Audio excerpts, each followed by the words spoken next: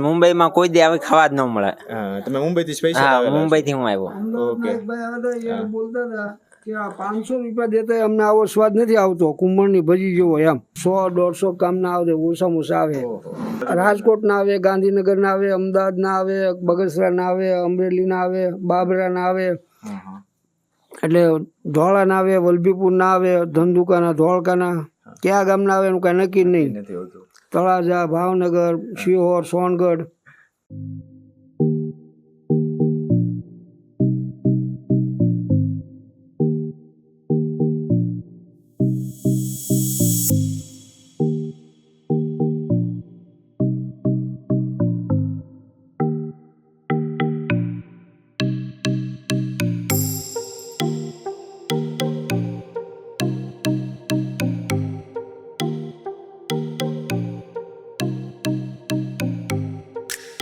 ખાવાનું શરૂ કરો ને એટલે ખાધા જ રાખો એવી ફિલિંગ આવે છે.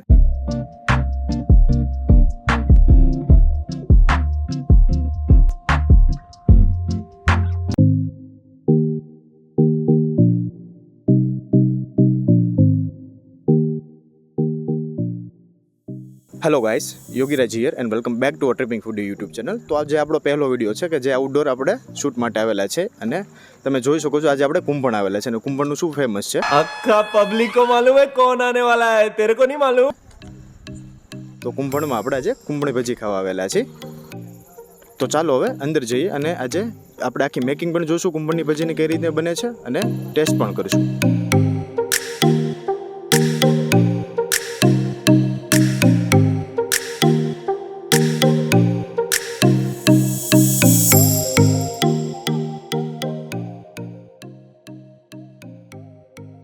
તો આપણે કુંભણમાં રાજાભાઈ પાસે આવેલા છે જે કુંભણની સૌથી પ્રખ્યાત ભજી બનાવે છે. તો આપણે થોડાક રાજાભાઈને સવાલ પણ પૂછશું. રાજાભાઈ, કેટલા ટાઈમથી તમે કરો છો? આ કુંભણની અંદર લગભગ ઓછામાં ઓછા 45 થી 50 વર્ષથી ચાલુ છે ભજીનું. અને તમે કેટલા ટાઈમથી? અમે આ 7 વર્ષથી અમે આકીએ છીએ. ઓકે, 7 વર્ષથી તમે શરૂ કરેલું હા, છે. 7 વર્ષથી. કેવો રિસ્પોન્સ છે તમારો? નહીં, સારો છે.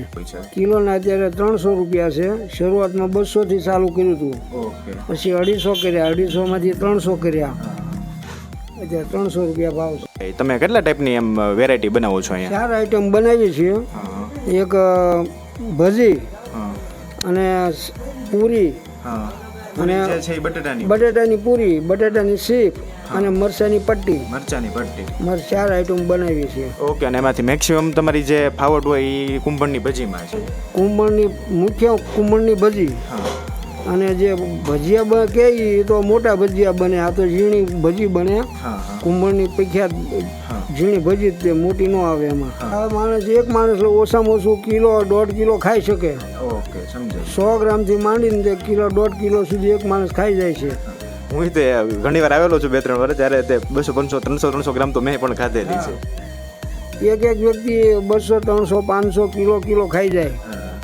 અને મેક્સિમમ કેટલા કોઈ વધારે ખાધેલું હોય તમને ખબર હોય? વધારે ખાધેલી 1-1.5 કિલો ખાધેલી છે.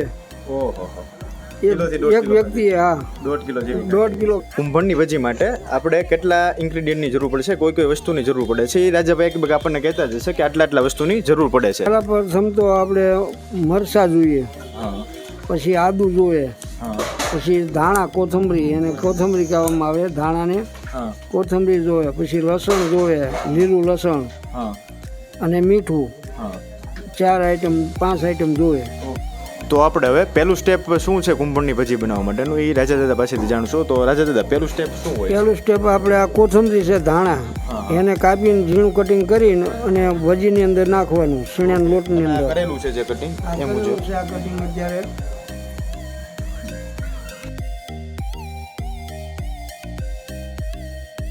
અને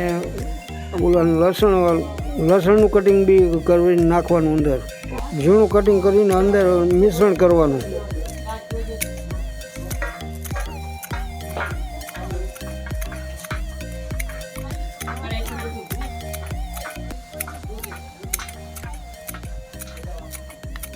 આ છે મશીન, મરચાં કાપવાનું મશીન છે, કટિંગ કરવાનું. આ મશીનથી કટિંગ થાય મરચાંનું.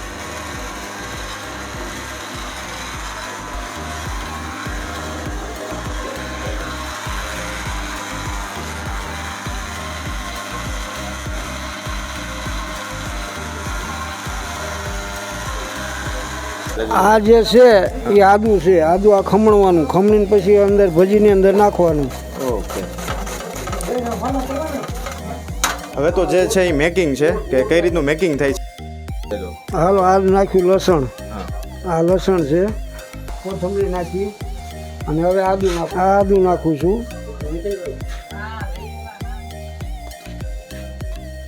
હાલો હવે લોટ નાખવાનો.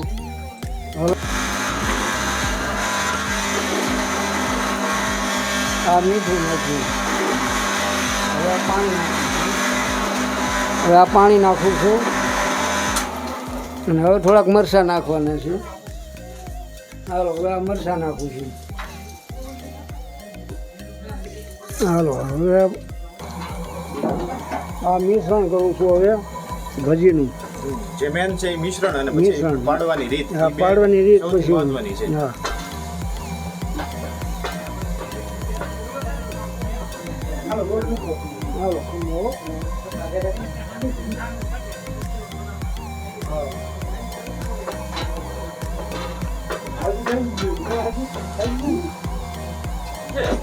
હવે પાડવાની શરૂઆત કરું છું. ભજી પાડવાની, ઝીણી ઝીણી ભજી.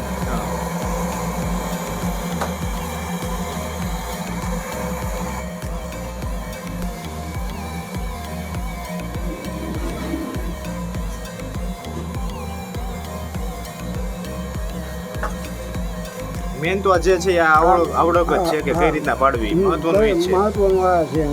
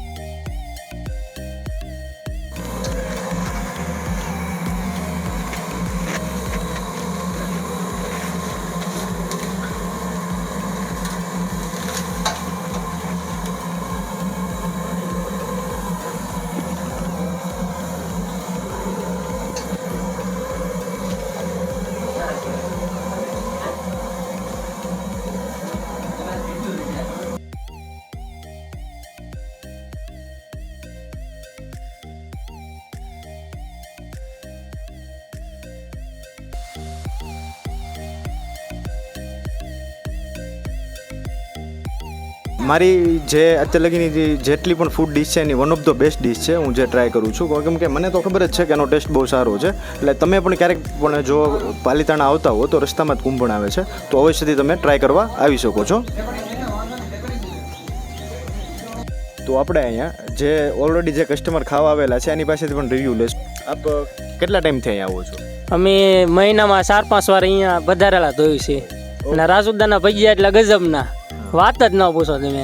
તમે અહીંયા મેક્સિમમ શું ખાતા હો છો? આમ મેક્સિમમ મરસાની પટ્ટી અને ચિપ્સ બંને ખાતા હો? બંને.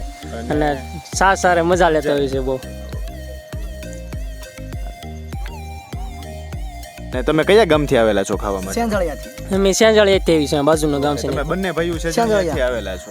અહીંયા અમારે પાલિતાણામાં જેટલા પણ ગામડા છે ત્યાં કુંભણ ગામ વખણાય છે. ભજી બહુ વખણાય રાજદાની. ઓકે. અને તમારી સાથે બીજા તમારા મિત્રો પણ આવેલા? દરરોજ અમારે ગામમાં સેંજળિયાના તો ચાલુ જ હોય ગામના. ઓકે. તમે સેંજળિયાથી આજુબાજુમાં જેટલા ગામના લોકો છે બધા અહીંયા ભજી ખાવા માટે અહીંયા કુંભણ જ આવે છે? પ્રોપર કુંભણની તો બહુ વખણાય. તો અહીંયા તે અમને છે ને કસ્ટમર મળી ગયા છે રાજાભાઈના, જે મુંબઈથી આવેલા છે. તો એમનો અભિપ્રાય આપશે કે ભજી એમને કેવી લાગી. એક નંબર સરસ. મુંબઈમાં કોઈ દે આવી ખાવા જ ન મળે. તમે મુંબઈથી સ્પેશિયલ હા, આવેલા? મુંબઈથી હું આવ્યો. ઓકે. કુંભણિયા ભજીયા ખાવાનો વિચાર કર્યો હતો, પણ ખાસ મારે આ બાજુ આવવાનું થયું ને તે હું અત્યારે એક લગ્ન પ્રસંગમાં આવ્યો છું. તો એમાંથી અમારા બધા મિત્રોને લઈને આવ્યો. 6 જણા છે સાથે. સાચી વાત. એ કે આપણે જવું છે ગમે એમ થાય. તો મેં કીધું હાલો જઈએ. અત્યારે ખાધા અમે 5 જણા થઈને 500 ગ્રામ ખાઈ ગયા. તો એમ થાય કે હજી ખાવી વધારે, પણ જેટલી તમે ખાવ એટલે એમ થાય કે વધારે ખાવાની. હા, બહુ સરસ. ગમે ત્યાંથી આવો તમે બધાય. અને હા, અને આ રાજાભાઈના કુંભણિયા ભજીયા ખાઓ અને એકવાર ટેસ્ટ કરવા જરૂર આવો. હાર્દિકભાઈ, તમે અહીંયા કેટલા ટાઈમથી આવો છો? અમે તો આ ગામના જ છીએ. અમે તો પહેલેથી અહીંયા જ રહીએ એટલે અહીંયા જ આવતા હોઈએ. કુંભણની સૌથી સારામાં સારી જગ્યા અહીંયા છે કે જે ભજી સારી મળે. હા, સારામાં સારા ભજીયા મળે અહીંયા, અને હકીકત વાત છે. અને લોકો છેક દૂર દૂરથી અહીંયા સ્પેશિયલ ખાવા માટે આવે છે. અને હાર્દિકભાઈનો પણ ખૂબ ખૂબ આભાર કે એ આજે આટલો બધો સપોર્ટ કર્યો જ્યારે આપણે માટે આ વિડીયો બન્યો છે. તો જો તમને આ વિડીયો પસંદ આવ્યો હોય તો વિડીયોને લાઈક અને ચેનલને સબસ્ક્રાઈબ કરવાનું ન ભૂલતા. તો મળશું આવા જ વિડીયો સાથે. ત્યાં સુધી આવજો.